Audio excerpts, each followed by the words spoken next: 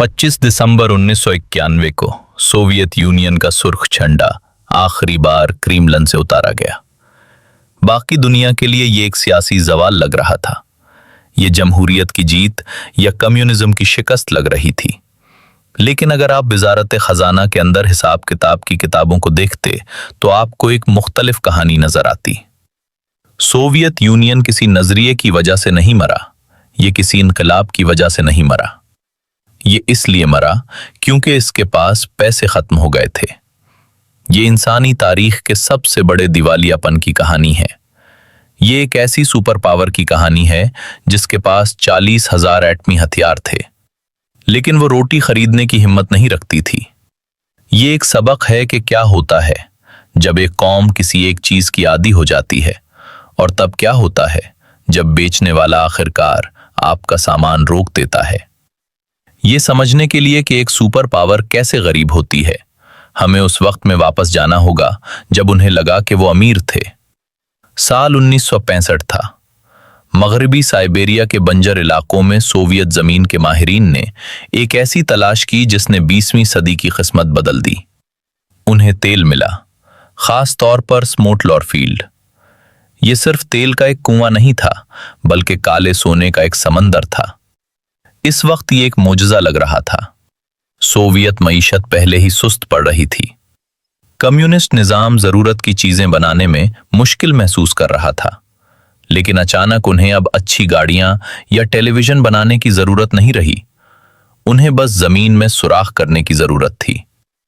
1970 की दहाई के दौरान तेल की कीमतें बहुत ज्यादा बढ़ने लगीं। मगरिब के खिलाफ तेल पैदा करने वाले मुल्कों की पाबंदी ने कीमतों को बहुत ऊपर पहुंचा दिया, और सोवियत यूनियन उसका सबसे बड़ा फायदा उठाने वाला बना। अरबों डॉलर की नकद रकम मॉस्को आने लगी। ये रूसी रियासत की तारीख की सबसे बड़ी लॉटरी की जीत थी। लेकिन यह दौलत एक सजा साबित हुई। इसने अंदरूनी खराबी को छुपा दिया। क्योंकि तेल का पैसा इतनी आसानी से आ रहा था, सोवियत लीडरों ने अपनी तबाहाल मईशत को ठीक करने की कोशिश छोड़ दी। जब आप सिर्फ तेल बेच सकते हैं तो फैक्ट्रियों को बेहतर क्यों करें? जब आप सिर्फ तेल बेच सकते हैं तो खेती बाड़ी को क्यों ठीक करें? सोवियत यूनियन एक तेल पर चलने वाली रियासत बन गया। यह बुनियादी तौर पर एक गरीब मुल्क की मईशत थी जिसके पास अमीर मुल्कों वाले रॉकेट थे। उन्होंने वो चीजें बनाना बंद कर दी जो दुनिया खरीदना चाहती थी। वो कच्चा माल बाहर भेज रहे थे और बाकी सब कुछ बाहर से मंगवा रहे थे। वो जमीन का तेल देकर खाना, मशीनें और खामोशी खरीद रहे थे। क्रेमलिन की क़यादत ने तेल के पैसे को लोगों की वफादारी खरीदने के लिए इस्तेमाल किया। उन्होंने घरों और मशरक़ी यूरोप की रियासतों को पैसा दिया। उन्होंने एक ऐसी बड़ी फौजी मशीन बनाई जो मुल्क की कुल कमाई का 20% खा जाती थी। ये एक अच्छा दौर था, लेकिन इसकी बुनियाद रेत पर थी। सोवियत यूनियन की सारी मजबूती सिर्फ एक नंबर पर टकी हुई थी, तेल के एक डब्बे की कीमत। जब तक तेल $30 से ऊपर था, सोवियत अमीर थे। वो नाकाबिले शिकस्त थे।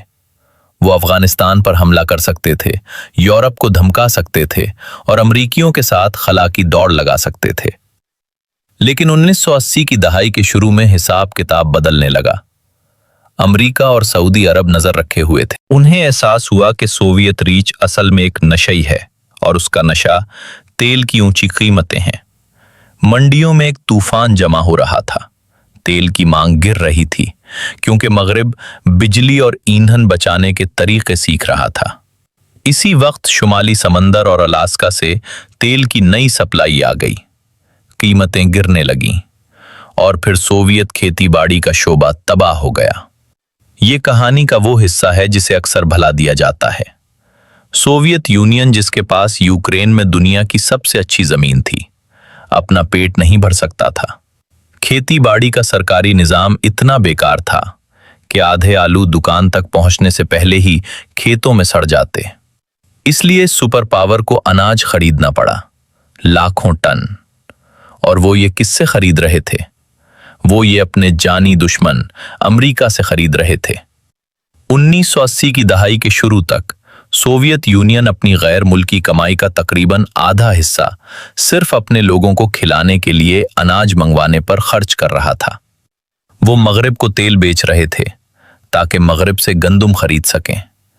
ये दूसरों पर भरोसा करने का एक शर्मनाक चक्कर था, लेकिन हुकूमत को फिक्र नहीं थी। उन्होंने अपने तेल के नक्शे देखे और पैसा आते देखा। उन्हें लगा यह अय्याशी हमेशा चलेगी। उन्हें एहसास नहीं था कि वो एक गहरी खाई के किनारे पर चल रहे हैं और जमीन फटने वाली है। तबाही का वक्त तय हो चुका था। सोवियत यूनियन एक मुकम्मल माशी तूफान का सामना करने वाला था। साल 1985 है। मिखाइल गोर्बाचोव हुकूमत में आते हैं। वो जवान हैं, हिम्मत वाले हैं और जानते हैं कि निजाम रुक चुका है, लेकिन उन्हें भी ये अंदाजा नहीं कि वो तबाही के कितने करीब हैं। उन्हें लगता है कि सोवियत यूनियन को सिर्फ थोड़ी सी बीमारी है, जबकि हकीकत में उसे ऐसी बीमारी है जिसका इलाज नहीं। गोर्बाचोव ने एक बड़े मंसूबे माशी तब्दीली का ऐलान किया। वो मईशत को नया बनाना चाहते थे। इस बड़ी सरमायाकारी के लिए उन्हें नकद रकम चाहिए थी। उन्होंने बजट देखा और मान लिया कि तेल की आमदनी वहां मौजूद होगी। वो गलत थे। 13 सितंबर 1985 को सऊदी वजीर तेल अहमद जकी यमानी ने ऐलान किया कि सऊदी अरब अब कीमतें ऊंची रखने के लिए पैदावार नहीं रोकेगा। उन्होंने मार्केट में सस्ता तेल भर दिया। इसका नतीजा एक बड़ी तबाही था। 1980 में तेल $35 पर था। 1986 तक ये गिरकर $10 पर आ गया। सोवियत यूनियन के लिए यह मौत का पैगाम था। पलक झपकते ही सल्तनत अपनी आधी आमदनी खो बैठी। तसव्वुर करें कि आपकी आधी तनख्वाह खत्म हो जाए, लेकिन आपके घर का किराया और बिल वही रहें। सोवियत बजट महंगे तेल के हिसाब से बनाया गया था। अचानक हिसाब किताब में एक बड़ा सुराख हो गया। अरबों डॉलर गायब हो गए। ये सबसे बुरे वक्त पर हुआ। सोवियत यूनियन पहले ही अफगानिस्तान की महंगी जंग में फंसा हुआ था। वो क्यूबा, वियतनाम और अंगोला की हुकूमतों को चलाने के लिए रोजाना लाखों डॉलर भेज रहे थे। वो अमेरिका के खलाई जंग के प्रोग्राम का मुकाबला करने की कोशिश कर रहे थे और उन्हें अब भी अनाज खरीदना था। अनाज के जहाज हर हफ्ते ओडेसा पहुंच रहे थे और डॉलर या सोने में कीमत मांग रहे थे। सोवियत अपनी करेंसी रूबल में अदायगी नहीं कर सकते थे, क्योंकि रूबल सोवियत यूनियन से बाहर बेकार कागज था। आप अमरीकी गंदुम रूबल से नहीं खरीद सकते थे। गोर्बाचोव के पास एक रास्ता था। या तो फौजी खर्चे कम करें जिससे फौजी अफसर नाराज होते, या खाने पर दी जाने वाली ससीती रियायत खत्म करें जिससे अवाम नाराज होते, या फिर उधार लें। उन्होंने उधार लेने का फैसला किया। सोवियत यूनियन ने बाहर के मुल्कों के बैंकों से बड़े कर्जे लेना शुरू कर दिए। वो बैंक खुश थे। आखिर एक सुपर पावर कैसे कंगाल हो सकती है। सोवियत यूनियन पर लोगों का भरोसा था, उनके पास सोना था, लेकिन ये पैसा फैक्ट्रियां बनाने के लिए नहीं था। ये सिर्फ जिंदा रहने के लिए था। सोवियत यूनियन सिर्फ खाना खरीदने के लिए अरबों डॉलर उधार ले रहा था ताकि दुकानें बिल्कुल खाली न लगें। ये कर्ज का ऐसा चक्कर था जिससे निकलना मुश्किल था। वो खाने के लिए उधार ले रहे थे। इससे भी बुरा यह हुआ कि गोर्बाचोव ने एक मुआशी गलती की जिसने जवाल को तेज कर दिया। उन्होंने शराब के खिलाफ मुहिम शुरू कर दी। उन्होंने देखा कि शराब पीने से लोगों की सेहत खराब हो रही है, इसलिए उन्होंने इसकी फरोख्त पर पाबंदी लगा दी। अखलाकी तौर पर यह ठीक था, लेकिन मुआशी तौर पर यह खुदकुशी थी। शराब पर टैक्स रियासत की आमदनी का एक बहुत बड़ा जरिया था। इससे बजट का एक और बड़ा हिस्सा खत्म हो गया। लोगों ने पीना बंद नहीं किया, उन्होंने घरों में शराब बनाना शुरू कर दी, तो हुकूमत को कोई टैक्स नहीं मिला और दुकानों से चीनी गायब हो गई क्योंकि लोग इससे शराब बना रहे थे। 1988 तक नुकसान काबू से बाहर हो गया। हुकूमत ने वो काम किया जो कभी नहीं करना चाहिए। उन्होंने नोट छापने वाली मशीनें चला दी। उन्होंने तनख्वाहें देने के लिए नोट छापे, लेकिन दुकानों में कोई सामान नहीं था। इसे करेंसी का हद से ज्यादा बढ़ जाना कहते हैं। लोगों की जेबें नोटों से भरी थीं, लेकिन दुकानें खाली थीं। लोग रोटी के लिए 4-4 घंटे लाइन में खड़े रहते। अगर कोई लाइन दिखती तो लोग बुला पूछे लग जाते, चाहे वो जूते हों या टॉयलेट पेपर। जो मिले ले लो, क्योंकि कल शायद वो भी ना हो। लोगों का हुकूमत पर भरोसा टूट रहा था। सोवियत अवाम ने आज़ादी की कमी इसलिए बर्दाश्त की थी क्योंकि रियासत उन्हें सस्ता खाना और घर देती थी। अब वो सब खत्म हो चुका था। लंदन और जर्मनी के बैंक परेशान होने लगे। उन्होंने देखा कि सोवियत यूनियन सिर्फ पिछले कर्जों का सूद देने के लिए नए कर्जे ले रहा है। कर्ज चंद सालों में $0 से 50 अरब तक पहुंच गया। बैंक वालों को एहसास हुआ कि इस सुपर पावर के पास नकद रकम नहीं है। 1989 तक मईशत सिर्फ रुक नहीं रही थी बल्कि बिखर रही थी। बर्लिन की दीवार गिर गई। दुनिया के लिए ये आज़ादी थी, लेकिन मॉस्को के हिसाबदानों के लिए ये एक मुआशी तबाही थी। हुकूमत में खौफ फैल गया। सोने के ज़खायर खत्म हो रहे थे। 1990 तक वो छपकर बाहर के मुल्कों में सोना भेज रहे थे ताकि अनाज की अगली किस्त दे सकें। उन्होंने इतना सोना इतनी जल्दी बेचा कि आलमी मार्केट में सोने की कीमत गिर गई। फिर कवानीन की जंग शुरू हुई। रियासतों ने मरकजी हुकूमत को टैक्स देना बंद कर दिया। बोरिस येल्सिन ने कहा, पैसा यहां रखो, मरकजी हुकूमत को मत भेजो। गोर्बाचोव सुपर पावर के सदर थे, लेकिन उनके पास कोई आमदनी नहीं थी। उनके पास एटमी मिसाइल थे, लेकिन वो उनकी हिफाजत करने वाले गार्ड्स को तनख्वाह नहीं दे सकते थे। 1990 में वो हुआ जो कभी सोचा नहीं था। सोवियत यूनियन ने अदायगियों में डिफॉल्ट कर दिया, यानी वो पैसे देने के काबिल न रहे। जहाज समंदर के किनारे खड़े थे, लेकिन सामान नहीं उतार रहे थे क्योंकि चेक बाउंस हो रहे थे। वो कौम जिसने हिटलर को हराया था, वो अब जर्मनी से खुश्क दूध और गोश्त के डब्बे मांग रही थी। सोवियत बैंक ने तमाम अकाउंट बंद कर दिए। कंपनियों का पैसा मुल्क का कर्जा उतारने के लिए छीन लिया गया। ये बड़े पैमाने पर चोरी थी। रूबल ने काम करना बंद कर दिया। मईशत चीज के बदले चीज पर आ गई।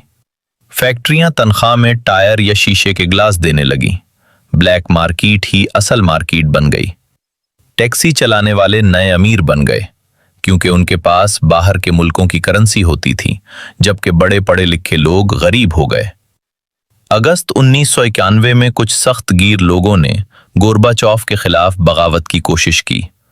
वो पुराना वक्त वापस लाना चाहते थे, लेकिन वो एक चीज भूल गए, आप पैसों के निजाम को गोली नहीं मार सकते। बागियों के पास कर्ज ठीक करने का कोई तरीका नहीं था। बगावत इसलिए नाकाम हुई क्योंकि उन लोगों को एहसास हुआ कि वो डूबते हुए जहाज की कुर्सी के लिए लड़ रहे हैं जो पहले ही तबाह हो चुका है।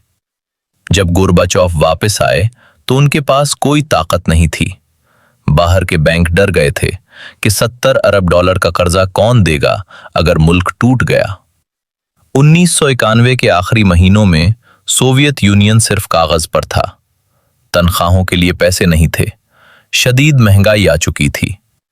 दिसंबर 1991 सफर खत्म हुआ। मरकजी बैंक के पास सोना खत्म हो गया। सोने के वो बड़े ज़खायर जिनके बारे में कहा जाता था कि वो हजारों टन हैं, सिर्फ 240 टन बचे थे। 25 दिसंबर को गोर्बाचोव ने अपना इस्तीफा साइन किया। वो किसी फौज से नहीं हारे थे, बल्कि वो इसलिए हारे थे क्योंकि वो अब चेक लिखने के काबिल नहीं रहे थे। नए रूस ने सोवियत यूनियन का सारा कर्ज अपने सर लिया ताकि उसके असासे मिल सकें। इस कर्ज ने 1990 की दहाई में नए रूस का गला घूंट दिया। कीमतें 2000% तक बढ़ गईं। लाखों लोगों की उम्र भर की जमा पूंजी खत्म हो गई। 2017 में रूस ने सोवियत यूनियन का आखिरी कर्जा चकाया। एक कर्ज वाली सल्तनत का हिसाब बंद करने में 26 साल लगे। सोवियत यूनियन का जवाल एक बहुत बड़ा सबक है। ये सिखाता है कि सिर्फ कुदरती चीजें होना ही माशी ताकत नहीं है। सोवियतों को लगा कि वो अमीर हैं, लेकिन वो सिर्फ खुशकिस्मत थे। उन्होंने आसान पैसे से अपनी कमजोरियां छुपाएं। जब तेल की कीमत गिरी तो एटमी हथियार भी उन्हें नहीं बचा सके। जो सल्तनत अपनी रोटी का पैसा नहीं दे सकती, वो सल्तनत नहीं बल्कि एक टक टक करता बम है। सर्द जंग किसी मिसाइल से नहीं बल्कि अनाज के उस जहाज से जीती गई जिसे सोवियत खरीद नहीं सकते थे। हथौड़ा और दरांती गिरा नहीं बल्कि दिवालिया हो गया।